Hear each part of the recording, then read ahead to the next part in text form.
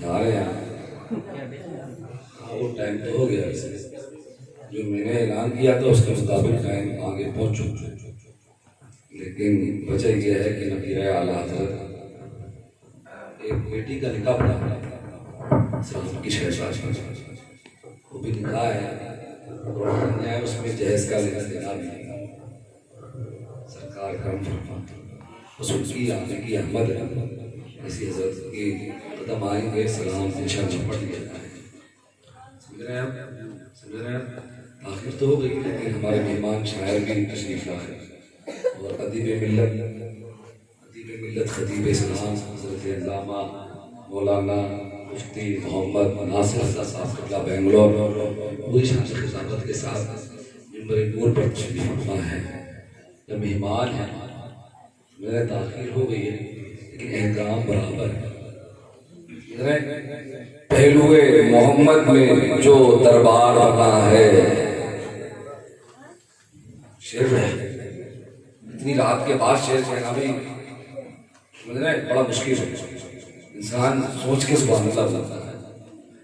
اگر آپ مسکرا رہے ہیں میں اجازت دیتا ہوں کہ آپ مسکرا سکتے ہیں، لیکن ہنسنے کی اجازت نہیں ہے۔ سمجھ رہا بولتے سبحان اللہ، مطلب ایک بار اور اس طریقے سے بولے علامہ صاحب بنگلور سے آیا، مجھے پتہ چل جائے بریلی شریف کے قرب میں ایک علاقہ ہے جسے احمد پور کہتے ہیں، اس کے لوگ جو ہے 12 بجے کے بعد بھی جاتا ہے۔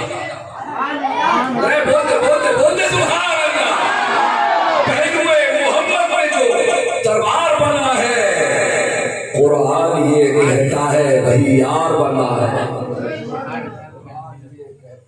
وہی یار بنا ہے۔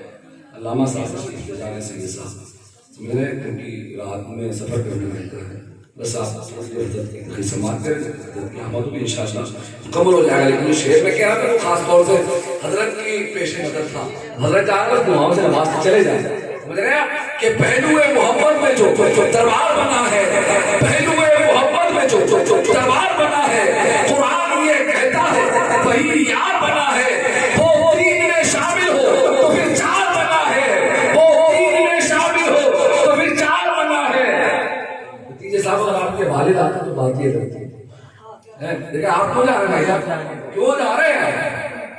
ایسے بچے بھی تو باپ کو کام نہ کرنے دیں۔ یا غوث یہ بڑھاپے کا سہارا ہے، ابھی تو آپ جوانی ہے، یہ بڑھاپے کا سہارا ہے۔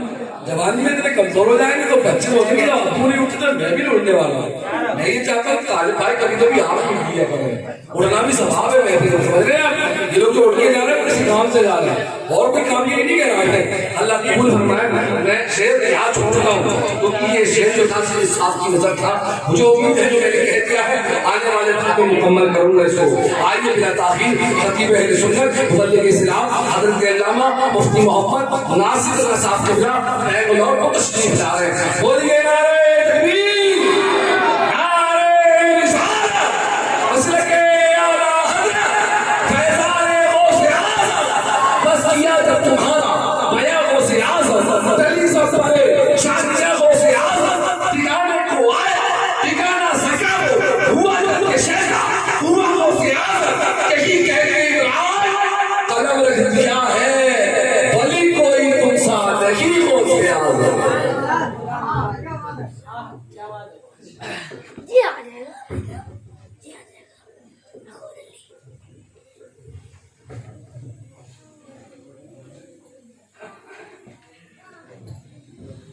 منبر نور پہ تشریف فرما باوقار اور منصب احترام و حاضرین بزم، السلام علیکم ورحمۃ اللہ وبرکاتہ۔ نحمده ونصلي ونسلم على رسوله الكريم، اما بعد، اعوذ باللہ من الشیطان الرجیم، بسم اللہ الرحمن الرحیم۔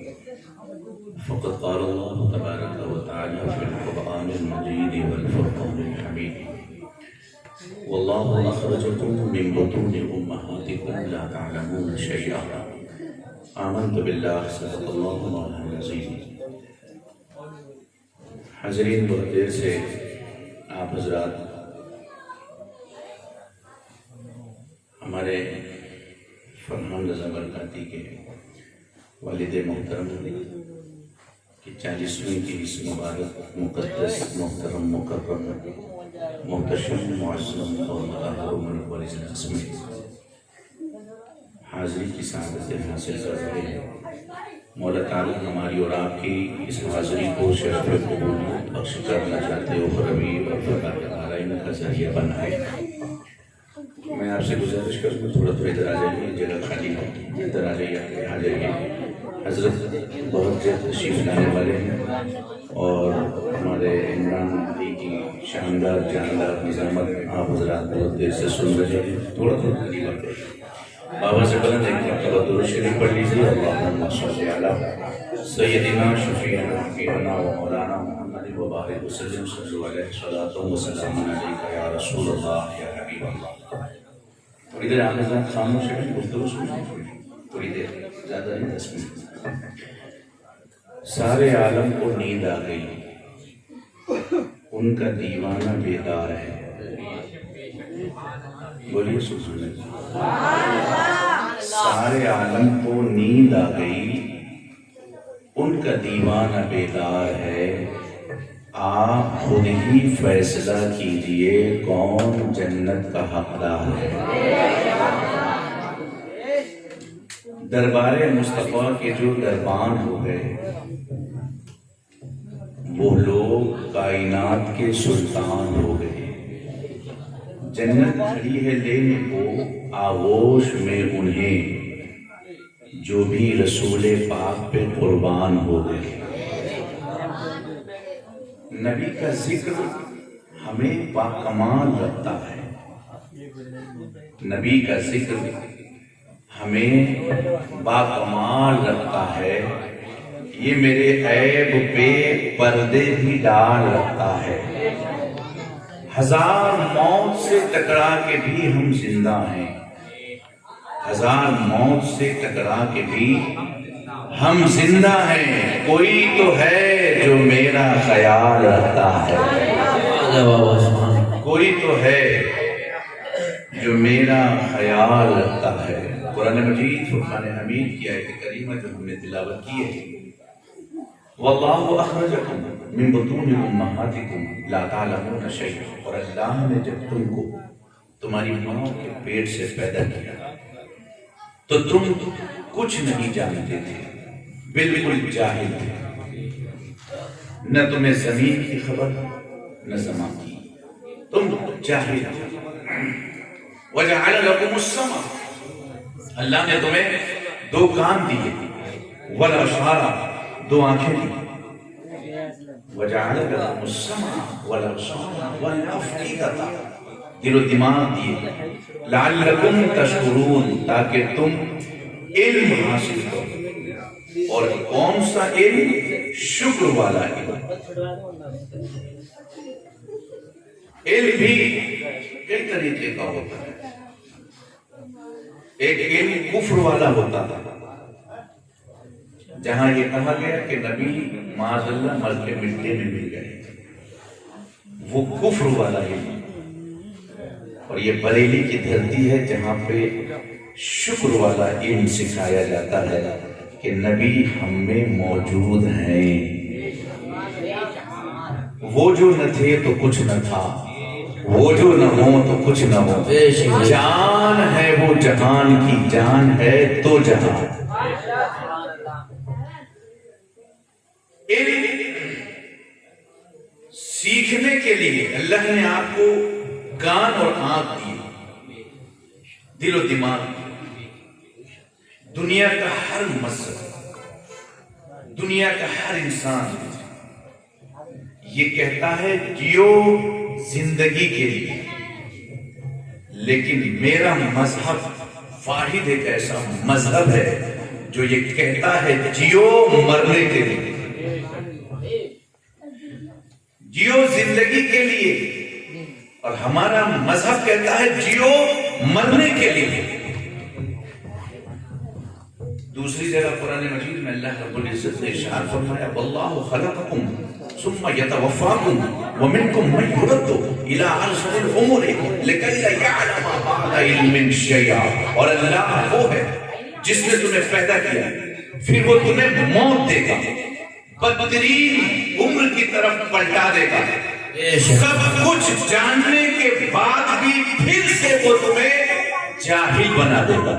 وہ اللہ ہر چیز پر قدرت رکھتا ہے. 2 آیت. پہلی آیت میں نے یہ بتایا کہ ہم جب پیدا ہوئے تو جاہل تھے. دل و دماغ کان آنکھ دیا کہ ہم علم حاصل کریں. دوسری جگہ اللہ نے فرمایا کہ علم حاصل کرنے کے بعد پھر تمہیں موت دیا جائے گا اور جب تم مرو گے تو پھر یہ علم تم سے واپس چھین لیا جائے گا. علم ہی نہیں، مرنے کے بعد ہر چیز چھین لی جائے گی. یہ لباس جو پہنے ہو یہ چھین لیا جائے گا. زمین تمہارے پاس ہو چھین لی جائے گی. دولت ختم کر دی جائے گی. تم بالکل تنہا قبر میں جاؤ گے. بغیر سلا ہوا کپڑا تمہارے تن پہ ہوگا. تم اکیلے قبر میں جاؤ گے.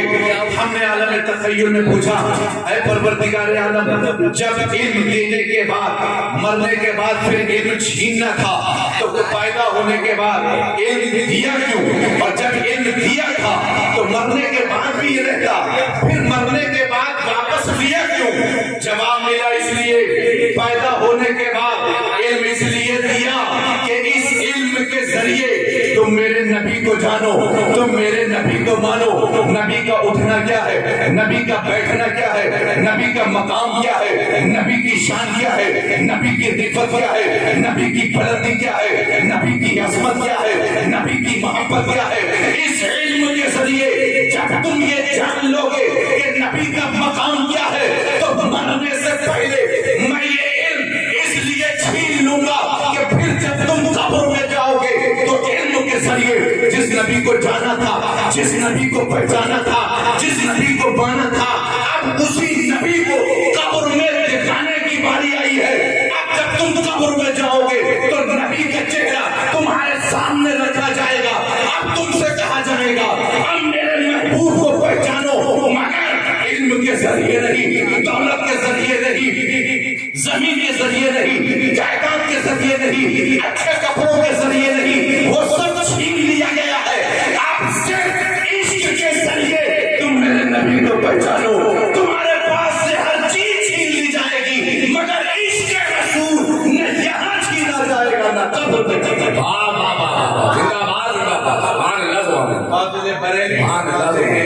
جان ہے عشق مصطفیٰ، روز فضو کرے خدا، جس کو ہو درد کا مزہ ناز دوا اٹھائے کیوں. قبر میں جب آپ نے حضور کو پہچان لیا عشق کے ذریعے، اعلیٰ حضرت نے فرمایا دنیا کی ہر قوم مرتی ہے مگر سنی صحیح العقیدہ جب مرتا ہے تو قبر میں تنہا نہیں جاتا. ہم نے کہا حضور قبر میں وہ کیا لے کے جاتا ہے؟ فرمایا جب وہ رسول سے عشق کرتا ہے، جب وہ نبی سے محبت کرتا ہے تو اس کا دل عشق رسول میں جب بالکل سلگنے لگتا ہے تو اس میں ایک داغ پیدا ہوتا ہے، اس دل میں ایک دھپا پیدا ہوتا ہے. عشق رسول کا داغ فاضل بریلوی فرماتے ہیں کباب آہو ججی ججی سے اس کی پیدا ہے سوزش عشق چشم والا، کباب آہو میں بھی نہ پایا مزہ جو دل کے کباب میں. فاضل بریلوی فرماتے ہیں کہ تم جب رسول سے محبت کرو گے تو تمہارے سینے میں جو دل ہے اس میں ایک داغ پیدا ہوگا. اب تم مرنے کے بعد جب قبر میں جاؤ گے تو اکیلے نہیں جاؤ گے، تم اپنی قبر میں روشنی لے کے جاؤ گے. ہم نے کہا حضور وہ کون سی روشنی ہوگی؟ کیا گیس کا سلنڈر جائے گا یا ہمارے قبر میں موم بتی جائے گی؟ فرمایا نہیں، موم بتی اس وقت تک جلے گی جب تک موم رہے گا، گیس کا سلنڈر اس وقت کام کرے گا جب تک گیس رہے گا. مگر تم سنیو جب قبر میں روشنی لے کے جاؤ گے تو وہ روشنی 1-2 مہینے تک نہیں بلکہ جب تک قبر میں رہو گے وہ تمہارے قبر میں روشنی جلتی رہے گی. ہم نے کہا حضور وہ کون سی روشنی ہوگی؟ فرماتے ہیں لہد میں عشق روحے شاہ کا دھاگ لے کے چلے، اندھیری رات سنی تھی چراغ میں. ہم قبر میں چراغ لے کے جائیں گے، عشق رسول کی شمع لے کے جائیں گے۔ حضرات گرامی اور آگے بڑھتے چلیے، سرکار قرآن صلی اللہ علیہ وسلم کی محبت دیکھیے۔ میرا رب قرآن مجید میں ارشاد فرماتا ہے وَكُنْتُمْ أَمْوَاتًا فَأَحْيَاكُمْ ثُمَّ يُمِيتُكُمْ ثُمَّ يُحْيِيكُمْ ثُمَّ إِلَيْهِ تُرْجَعُونَ۔ اور تم مردہ تھے، ہم نے تمہیں زندگی دی، پھر ہم تمہیں موت دیں گے، پھر ہم تمہیں زندگی دیں گے، اور پھر تمہیں میری طرف لوٹ کر آنا ہے۔ قرآن کریم کی اس آیت میں دو باتیں قابل غور ہیں۔ پہلی بات، تم مردہ تھے، تمہارا کہیں وجود نہیں۔ خلق علی الانسان حین من الدہر لم یکن شیئا مذکورا۔ انسان پر ایک دور ایسا بھی گزرا ہے کہ وہ شے مذکور نہیں تھا، اس کا کہیں ذکر نہیں تھا۔ بارہا علمی تجھے سمجھا چکے، مان یا مت مان آخر موت ہے۔ ایک زمانہ ایسا تھا انسان کا، اس کا کہیں عطا پڑا نہیں۔ اللہ رب العزت فرماتا ہے وَكُنْتُمْ أَمْوَاتًا، تم مردہ تھے، فَأَحْيَاكُمْ، ہم نے تمہیں زندگی دی۔ ماں کے پیٹ میں تمہیں زندگی دی۔ تم جب پیدا ہوئے تو جب تک ہم نے چاہا تمہیں دنیا میں رکھا، 50 سال، 60 سال، 70 سال، 80 سال۔ ثم یمیتکم، پھر ہم نے تمہیں موت دی، زندگی دی 60-70 سال کی۔ موت کتنے وقت کی دی، کتنے دیر کے لیے دی؟ گھر میں تم مرے، تمہارے گھر والے، رشتہ دار، عزیز و اقربا تم کو غسل دیتے ہیں، غسل دینے کے بعد تم کو کفن پہناتے ہیں، کفن پہنانے کے بعد قبر میں لے جا کے تم کو دفن کرتے ہیں، دفن کر کے مٹی ڈالنے کے بعد جیسے ہی ہٹتے ہیں اللہ تعالیٰ تمہیں قبر میں زندگی دے دیتا ہے۔ اور ایسی زندگی کہ میرے آقا فرماتے ہیں کہ گھر والے دفن کر کے جب لوٹتے ہیں تو اس کے قدموں کی آہٹ کی آواز وہ میت سنتی ہے۔ جسے قبر میں آپ نے دفن کیا وہ ان کے قدموں کی آہٹ کی آواز کو سنتی ہے۔ قبر میں اللہ تعالیٰ آپ کو پھر سے دوبارہ زندہ کرے گا، مگر قبر کی زندگی کے بعد قرآن کریم کی اس آیت میں پھر موت کا ذکر نہیں، یعنی قبر میں جو زندگی آپ کو دی جائے گی وہ قیامت تک، اس کے بعد تک وہ زندگی آپ کے ساتھ رہے گی۔ قبر کے بعد موت نہیں، یہاں پر آپ آئے موت، یہاں آئے تو موت کیوں؟ 50 سال 60 سال کے بعد موت کیوں؟ اور پھر قبر میں جو زندگی دی گئی اس کے بعد موت کیوں نہیں؟ کہا سنو، زندگی لمبی دی ہے، موت تھوڑی دیر کے لیے دی ہے، اور اتنی دیر کے لیے کہ قبر میں دفن ہوئے پھر سے زندگی دی، لیکن قبر میں موت زندگی دینے کے بعد اس لیے نہیں کہ یہاں سے جب تم قبر میں پہنچے تو تمہیں قبر میں نبی کا دیدار کرایا گیا، رسول کی زیارت ہو گئی، اندھیری قبر میں مجھ کو تیرا دیدار ہو جائے، تڑپ کر زندہ ہو جاؤں دوبارہ یا رسول اللہ۔ قبر میں جیسے پہنچے نبی کا دیدار ہوا، نبی کو دیکھا گیا، زندگی دی گئی، اب میرے رب نے کہا تو نے میرے محبوب کو دیکھ لیا، اب تجھے موت نہیں۔ نبی کا دیدار کیا، اب موت نہیں۔ یہاں پر ہم نے نبی کا دیدار نہیں کیا، ہمیں مرنا ہے، کیوں؟ نبی کا دیدار کرنا ہے، اور جب دیدار ہو گیا پھر موت نہیں۔ قبر میں ہم گئے، نبی کا دیدار ہوا، اس کے بعد موت نہیں۔ ہم نے کہا پروردگار عالم، نبی ہم میں موجود ہے، قبر میں دیدار بھی ہو رہا ہے، یہاں نبی کو کیوں نہیں دکھایا؟ یہاں نبی کو کیوں چھپایا؟ قادر مطلق ہے، اگر تو چاہتا تو نبی کو یہاں بھی دیدار کراتا، مگر نبی کا دیدار یہاں ہے، نبی کو یہاں نہیں۔ نبی کا دیدار وہ کرتے ہیں جو خوش نصیب ہے، ہر انسان نبی کا دیدار نہیں کرتا۔ کیوں؟ قبر میں دیدار ہوگا، یہاں کیوں نہیں؟ میرے رب نے کہا میرے بندو، میں نے نبی کا چہرہ چھپا کر تجھ پہ احسان کیا، اگر نبی کو میں یہاں دکھا دوں تو باپ کو کیسے دیکھے گا، ماں کو کیسے دیکھے گا، بیٹے کو کیسے دیکھے گا، بیوی کو کیسے دیکھے گا؟ جب نبی نظر آئیں گے تو کچھ نظر نہیں۔